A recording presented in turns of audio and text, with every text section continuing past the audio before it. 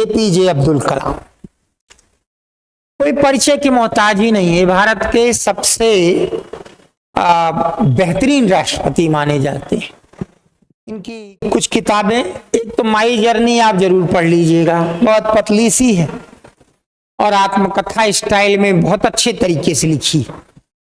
ध्यान रखिएगा, इनके नाम 40 से ऊपर किताबें मिलेंगी आपको मार्केट में। ज्यादातर किताबों में उन्होंने या तो पहला चैप्टर या प्रीफेस लिखा है और लिखा किसी दूसरे ने। बस यही एक किताब है, एपीजे अब्दुल कलाम साहब की ऑटोबायोग्राफी है, पूरी लिखी।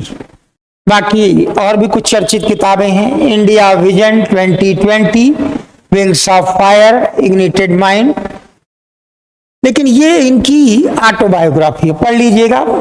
बहुत कम पेजेज की, बहुत इंटरेस्टिंग जो है ये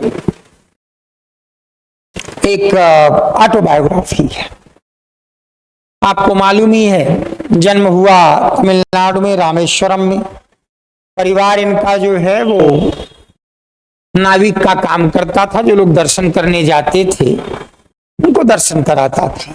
इस किताब में उन्होंने बहुत कुछ अपने बचपन के विषय में लिखा। 8 साल का बच्चा अगर अपने पैरों पे खड़ा हो जाए तो आश्चर्य की ही बात है। ये अखबार बांटते थे, वो पूरा संघर्ष बताया है। जिस स्टेशन पे अखबार के गार्ड रूम में, रेल के गार्ड रूम में अखबारों के बंच रखे रहते, इतनी अंडरस्टैंडिंग रहती, अलाउड रहता है। तो गार्ड की जिम्मेदारी होगी कि स्टेशन जैसे ही आएगा तो जितने लोग आएंगे ऑथराइज्ड पर्सन, वो आके अपने अपने अखबार का बंच उतार लेंगे।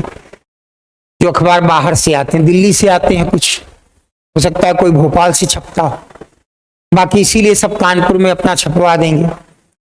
लेकिन जो बाहर से आ रहा है तो उस कंडीशन में गार्ड रूम से वो निकाल लिया जाता है, तो बुरा नहीं माना जाता, उतना अलाउड रहता है। लेकिन अगर कहीं ट्रेन रुक न रही हो तो गार्ड की जिम्मेदारी होती है कि जैसे स्टेशन आ जाए तो बंच ऐसे फेंक दे।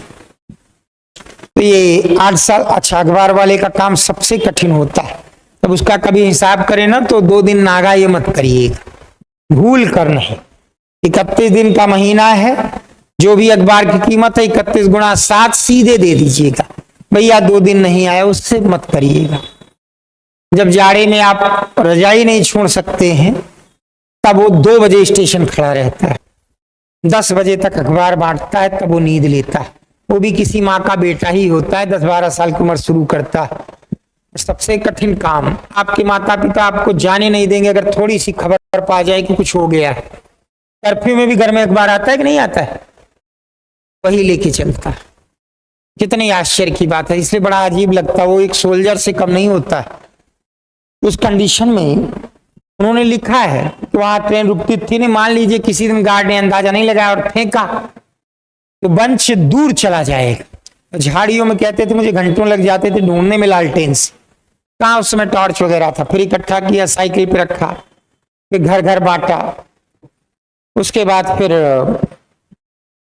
जब फर्स्ट आते थे किसी क्लास में तो बताते थे कि इनकी माताजी गेहूं की 1 रोटी एक्स्ट्रा दे देती थी। ये तमिलनाडु का जीवन था, 1 रोटी गेहूं की एक्स्ट्रा मिलती थी फर्स्ट आने।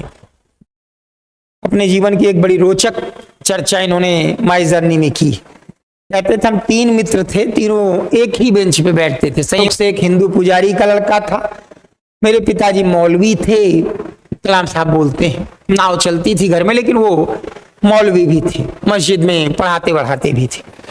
और एक पादरी प्रीस्ट थी, तीनों अलग अलग धर्म। एक टीचर आए तो उन्होंने लिखा कि पता नहीं उनको क्यों बुरा लग गया कि तीनों एक साथ क्यों बैठे, तीनों को अलग अलग रूम बिठा दिया। तो हम तीनों पूरे दिन रोते रहे। फिर शाम को पहुंचे तो अपने अपने पिता से हमने चर्चा की, उन लोगों ने आपस में बात की। अगले दिन तीनों स्कूल में गए। एक लाइन सिर्फ टीचर से बोली थी, क्या कलाम साहब ने ये बहुत मार्मिक शब्दों में लिखा, आप शिक्षक हैं, आपसे उम्मीद की जाती है कि बच्चों के कोमल दिल और विराट हो, संकीर्णता की आपसे उम्मीद नहीं की जाती। जैसे अगर 1 2 3 4 5 के क्लास में टीचर बच्चों को समझा देना कि बेटा टीचर टीचर होता है, उसका सरनेम देखे बगैर पांव छुआ करो, तो हमेशा के लिए होगी। बेटा हो सकता है कभी आप सही भी रहो, तो भी उस समय जब आप तलब मत करना, पीठ पीछे आलोचना मत करना, बाद में जाके बता देना सर मैं ये कहना चाहता था। ये सब चीजें पहले सिखाई जाती थी, अच्छे शिक्षक अभी भी सिखा देते। कलाम साहब ने लिखा, उनको बड़ी शर्म आई टीचर को, अगले दिन तीनों को फिर एक जगह बिठा दिया। ऐसी छोटी छोटी बहुत सी बातें, एक चीज शायद आपको प्रेरित करेगी। जब वो इच्छा तो रखते थे कि किसी और जॉब में जाएंगे, प्रयास किया, आखिरी बार भी असफल हो गए, तो उन्होंने ही लिखा है, ऐसे चलते चलते एक साधु से भेंट हो गई थी, बड़े दुखी थे, कुछ समझ में नहीं आ रहा था। उत्तराखंड में थे उस समय एग्जाम देने के लिए, टीन एज थी, क्या करूं क्या ना करूं। तो साधु से संवाद हुआ, बड़े दुखी हो क्या कैसे, तो बताया इन्होंने कि ऐसा हो गया, मेरा आखिरी प्रयास भी व्यर्थ हो गया, जीवन भर का सपना था। तो कलाम साहब ने जिक्र किया है, अरे तुम खामखा परेशान हो रहे, तुम्हें तो बहुत आगे जाना, इससे तुम बहुत आगे जाओगे जहां तुमने अभी असफलता पाई। अब नहीं मालूम था उसी समय 58 में DRDO बना, defence research and development organisation. तो DRDO में फिर उन्होंने जॉब कर ली। समय बीता, इंदिरा गांधी ने 1983 में IGMDP प्रोजेक्ट शुरू किया, integrated guided missile development programme. 5 स्वदेशी मिसाइलें इसमें विकसित की गई थी, पृथ्वी, अग्नि, आकाश, त्रिशूल और नाग। तो ऐसे तो कलाम साहब के आदर्श जो थे विक्रम साराभाई थे। इंदिरा जी ने राजा रमन्ना से पूछा था, बहुत बड़े साइंटिस्ट थे, कोई ऐसा व्यक्ति है जो रॉकेट भी जानता हो और एटम बम की भी जानकारी रखता हो, क्योंकि 74 वाली टीम में जूनियर साइंटिस्ट के रूप में रखे गए थे। तो राजा रमन्ना ने इन्हीं का नाम सजेस्ट कर दिया, और उसके बाद जो है फिर IGMDP प्रोजेक्ट की मिसाइल एक इतिहास बन गई। कलाम साहब मिसाइल मैन हो गए, राष्ट्रपति बनने के पहले 98 में भारत रत्न मिल चुका था। एक बड़ी रोचक घटना बताते थे अपनी शादी की। जब इनकी शादी तय हुई तो भाई लड़की वालों की भी इच्छा हुई कि एक बार देख लें लड़का। तो DRDO वगैरह में किसी किसी प्रोजेक्ट में आदमी जब जाता है ना, घर वालों कहाँ मोबाइल तब होते थे, और घर वालों से एकदम डिस्कनेक्ट कर दिया जाए महीनों। तो फिर वो लोग लौट गए, कहते हैं जब ये महीनों बिना सूचना के ऐसे गायब हैं, तो ऐसे घर में तो लड़की देना ठीक नहीं होगा। तो इस तरीके से कलाम साहब लेकिन काम में डूबे रहते, तो ईश्वर की बड़ी कृपा ही थी। आप कल्पना करिए, अच्छा जहां भी जाते थे आपको 11 पॉइंट की शपथ दिलवाते थे, किताबों को छोड़ के कोई संपत्ति नहीं थी। और ऐसे ही शिलोंग में थे, जब पोडियम पे कुछ बोल रहे थे, अचानक दिल का दौरा पड़ा और वहीं प्राण त्याग दिए।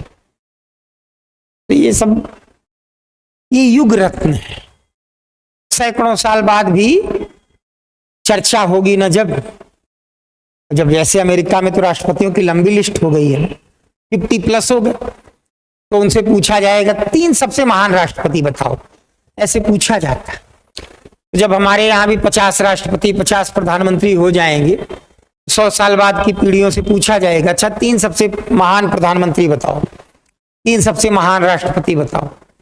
कलाम साहब तब भी रहेंगे, कलाम साहब का नाम तब भी रहेगा। प्रधानमंत्रियों की जब लिस्ट की बात करेंगे तो JL नेहरू हमेशा टॉप पे ही रहेंगे, पढ़े लिखों में। अगर आप रील देखकर बड़े हुए हैं तो ये मूड अपना बदल लीजिएगा, जब तक कंपटीशन लाइफ है। ये लाइफ छोड़ने के बाद फिर रील वाली दुनिया में आ जाइएगा, कोई आपत्ति नहीं। लेकिन रील वाली दुनिया और कंपटीशन की दुनिया एक दूसरे से 180 पे अंतर रखती है, तो थोड़ा उनको पढ़ा करें, अच्छा लगेगा।